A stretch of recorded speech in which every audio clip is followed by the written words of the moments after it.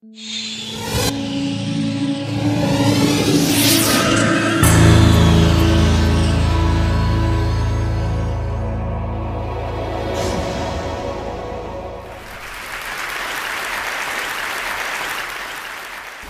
do you explain when things don't go as we assume? Or better, how do you explain when others are able to achieve things that seem to defy all of the assumptions? For example, why is Apple so innovative? Year after year after year after year, they're more innovative than all their competition. And yet, they're just a computer company. They're just like everyone else. They have the same access to the same talent, the same agencies, the same consultants, the same media. Then why is it that they seem to have something different? Why is it that Martin Luther King led the civil rights movement? He wasn't the only man who suffered in a pre-civil rights America, and he certainly wasn't the only great orator of the day. Why him? And why is it that the Wright brothers were able to figure out controlled powered manned flight when there were certainly other teams who were better qualified, better funded, and they didn't achieve powered manned flight, and the Wright brothers beat them to it? There's something else at play here. About 3.5 years ago, I made a discovery, and this discovery profoundly changed my view on how I thought the world worked, and it even profoundly changed the way in which I operate in it. As it turns out, there's a pattern. As it turns out, all the great and inspiring leaders and organizations in the world, whether it's Apple or Martin Luther King or the Wright brothers, they all think, act, and communicate the exact same way, and it's the complete opposite to everyone else. All I did was codify it. And it's probably the world's simplest idea. I call it the golden circle.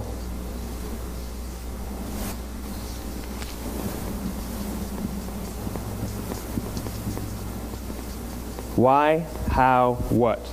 This little idea explains why some organizations and some leaders are able to inspire where others aren't. Let me define the terms really quickly. Every single person, every single organization on the planet knows what they do, 100%. Some know how they do it, whether you call it your differentiating value proposition or your proprietary process or your USP. But very, very few people or organizations know why they do what they do. And by why, I don't mean to make a profit. That's a result. It's always a result. By why, I mean what's your purpose? What's your cause? What's your belief? Why does your organization exist? Why do you get out of bed in the morning? And why should anyone care? Well, as a result, the way we think, the way we act, the way we communicate is from the outside in. It's obvious. We go from the clearest thing to the fuzziest thing.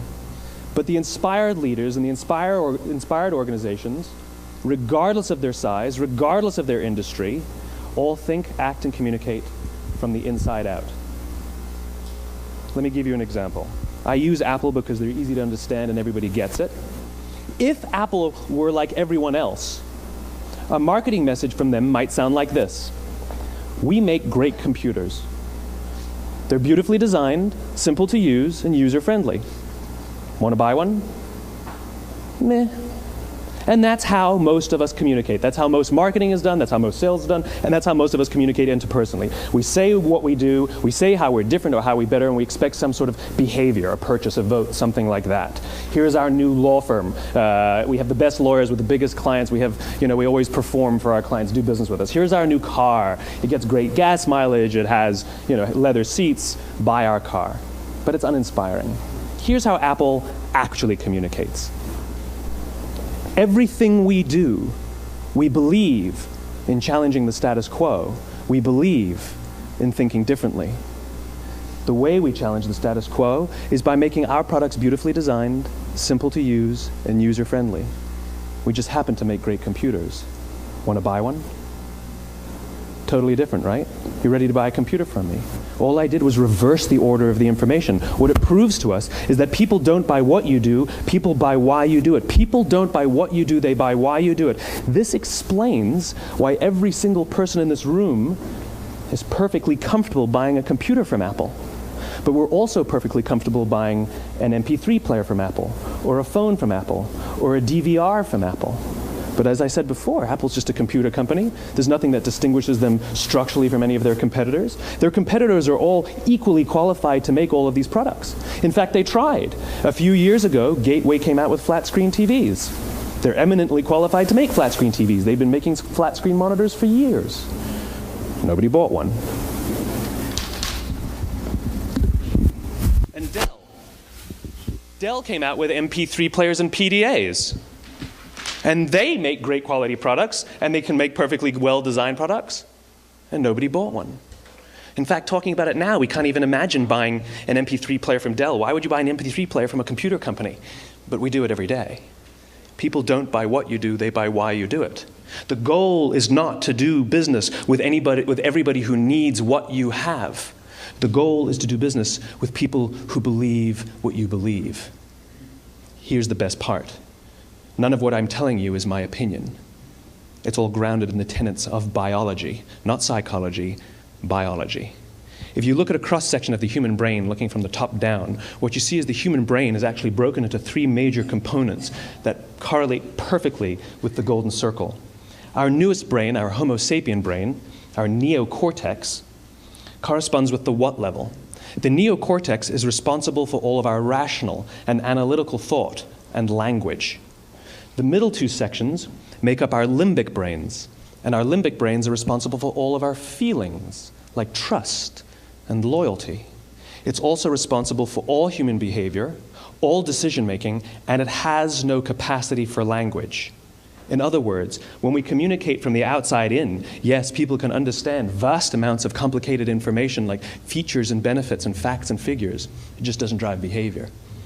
When we communicate from the inside out, we're talking directly to the part of the brain that controls behavior, and then we allow people to rationalize it with the tangible things we say and do. This is where gut decisions come from. You know, sometimes you can give somebody all the facts and your figures, and they say, I know what all the facts and details say, but it just doesn't feel right. Why would we use that verb? It doesn't feel right. Because the part of the brain that controls decision-making doesn't control language. And the best we can muster up is, I don't know, it just doesn't feel right. Or sometimes you say you're leading with your heart or you're leading with your soul. Well, I hate to break it to you, those aren't other body parts controlling your behavior. It's all happening here in your limbic brain, the part of the brain that controls decision-making and not language.